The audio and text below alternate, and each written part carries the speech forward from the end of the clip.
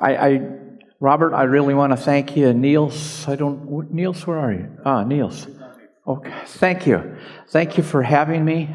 It's an honor to get to come and share thoughts and ideas, and it's nice to see some old friends and old faces and meet some new friends.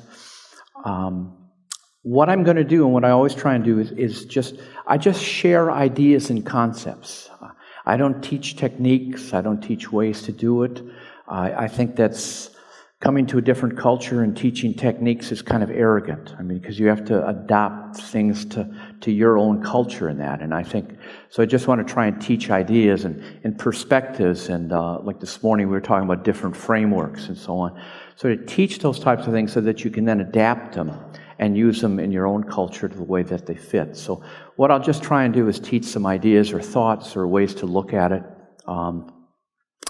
And I think that's also important because when we're talking about family, one of the things to remember is that each family is its own culture.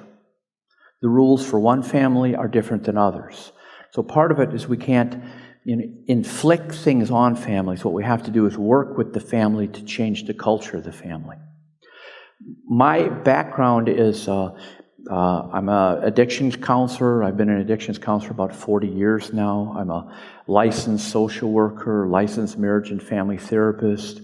My training is in family systems a lot, worked in that. I also come from a recovering family. My mother was an addict and has recovered. She recovered. She's died now, but she died with 26 years sobriety. I'm also recovering myself. So to look at it in that way, those are perspectives that I'll bring and talk about it. Because our journey, what we're trying to do is help not just alleviate the suffering. We're going to try and work with the suffering and in that sense, help people get their family back. Help people get that type of thing. So this is actually a drawing from Betty Ford Center has a special unit where they work with the youngsters in that. And it's very interesting to me where they draw it. This is kind of a young child, or what addiction's like in his family. And almost always, what's interesting, when you ask family members to draw addiction, kids to draw addiction, they often put horns in it. So if you look at it, on one sense, we'll talk about it being a spiritual illness. They get that it's a spiritual illness in that sense. They get that their morality is always developing, and they know that what's happening is not good. And they've thought of, images of heaven and hell and all that stuff, and so it's almost very regularly depicted in that way. I like this. I found this. This is from Edgar Allan Poe. He's a brother. He was an addict. He died from his addiction. They found him wandering in the streets and that type of stuff, and he ended up dying from it. And I think this is important to get. I like this, where he says, "I had absolutely no pleasure in the stimulants in which I sometimes so madly indulged. It has not been in the pursuit of pleasure that I have periled life and reputation and reason. It has been in a desperate attempt to escape from torturing memories, from the sense of unsupported loneliness, and the dread of some strange impending doom." And I think that sums up so much of how addiction feels at the end. You're waiting for some strange impending doom. And that, I think, is the illness part that we talk of. We know and feel. We don't have the words to call it an illness, but we know that illness is this process of decay. And when is it going to catch up with it? What is it going to have us do next? What is my addiction going to say? Okay, we're going to have you do this. We need drugs today, so you got to go rob this. You got to do this. So that type of agony is chasing you all the time. And I think it's important to realize that, because also when we talk about families, what I think families do is that they have the same strange impending doom. They're waiting for this. Everybody knows it's a house of cards, and they're waiting for when the door gets opened and it's going to fall apart. The types of things like that. So everybody is walking around with that. What's the agony of this? One of the things I do as a therapist, and that's the thing I also want to say, I am a therapist. That's what I do. I sit with my clients. When I get back home, that's what I do. I'm not a teacher. I'm not a researcher. I don't do any of that. I'm a counselor. So what I'm going to try and do is teach you ideas from a counselor's perspective. And I believe as a counselor, my perspective is to listen to the family, try and listen to them in a way, and then give them information in a way that fits for them, so that I adjust to their life, they don't adjust to mine. So we work at finding that way of connecting in that way. So one of the things I do lots of times is have them write, just like small children, maybe do some drawings, have people write about and what the addiction is and write to the addiction. And this is a man, he wrote it, one of my clients, he wrote, and this is about his brother's addiction. Nothing can justify the destruction you have caused. If you were a person, not a blind force, I would strangle you with no second thoughts. Not one shred of good has come from your work, and none ever could. You are destroying life as cruelly and utterly as napalm, as cancer, as a torturer's rack. If you were a real person, so I could scream in your face. I wish you were a real person so I could scream in your face, tear down your house, follow you down the street, yelling for everyone to shun you. But because you aren't a person, it's hard not to see you as a person you're sucking the life out of. That's the part, is that a lot of times families know this is an illness, but the illness stands before me in the form of my son, my husband, my wife, my brother in this case, that type of stuff. And that's the hard struggle that families live with. This man's brother died about 6 months after he'd wrote this. And I want you to get that too, because we're working with addiction. People die of this illness. People will die of this, just like they die of cancer, heart disease, people die of this.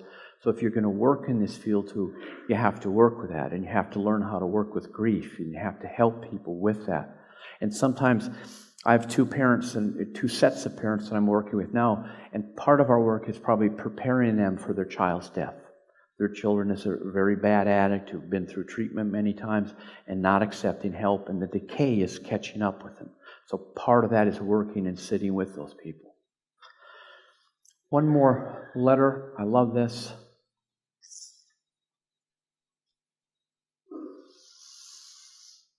Our clients will teach us everything we need to know, really.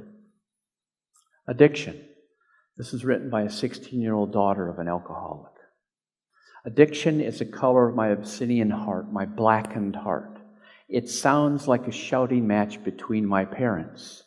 It tastes like bitter booze. Addiction smells like stale alcohol on the breath of my father.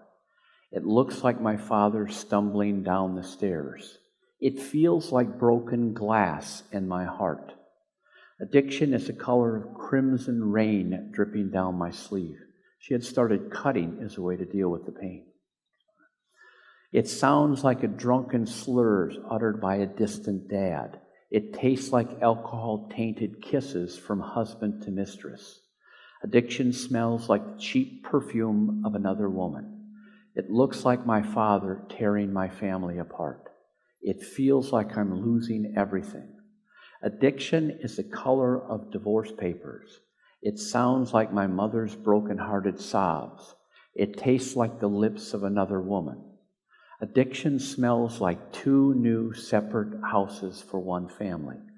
It looks like another broken home. It feels like a deepening despair in my soul. Addiction is a force that tears families apart. This is what we work with. All the issues are put up there. This is the sadness we work with, but this is also the honor of what we do. People bring us this, and our job is to help them make sense of it, help them create a life from the pain, the agony. Because if you look at it, one of the things we were talking about with the students this morning and that too, is what addiction does is capture pain. It takes and captures pain and uses it to then trigger using. So I hurt, so I use. And what we're supposed to do with pain is we transform pain into growth. And we'll talk some more about that.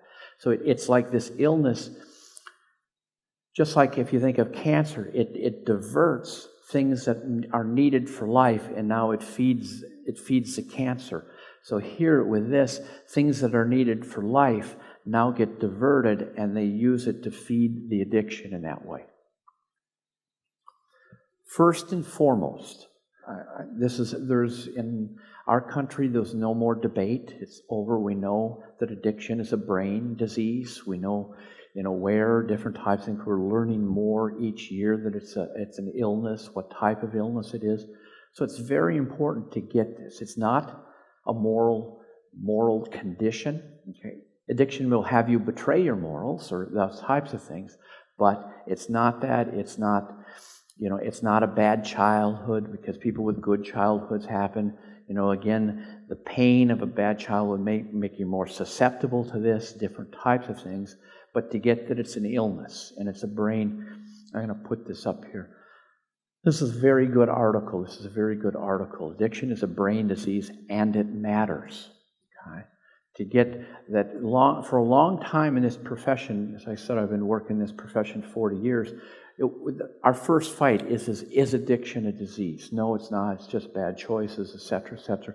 Now we've got it pretty much established. Yes, addiction is an illness, that type of thing. Now it's what to do with that, and who works with it. Because the shift now that's happened is, yes, addiction is an illness. So who's in charge of illnesses? That's the medical establishment. So now the doctors and the medical establishment want to take over that. The part that they don't deal that's different in the chemical dependency field, we get that it's an illness. It's an illness of the body, but it's also an illness of the spirit. And that's what I think we talk about well, and that's the part that we add to the mix that we need to keep defending and bringing to the table. That addiction is an illness, and it's a spiritual illness, and we'll speak more of that, but this is a major part of how people recover, because we just don't get their bodies back. What we have to do is teach them again how to be human beings. That's the part that they come looking for.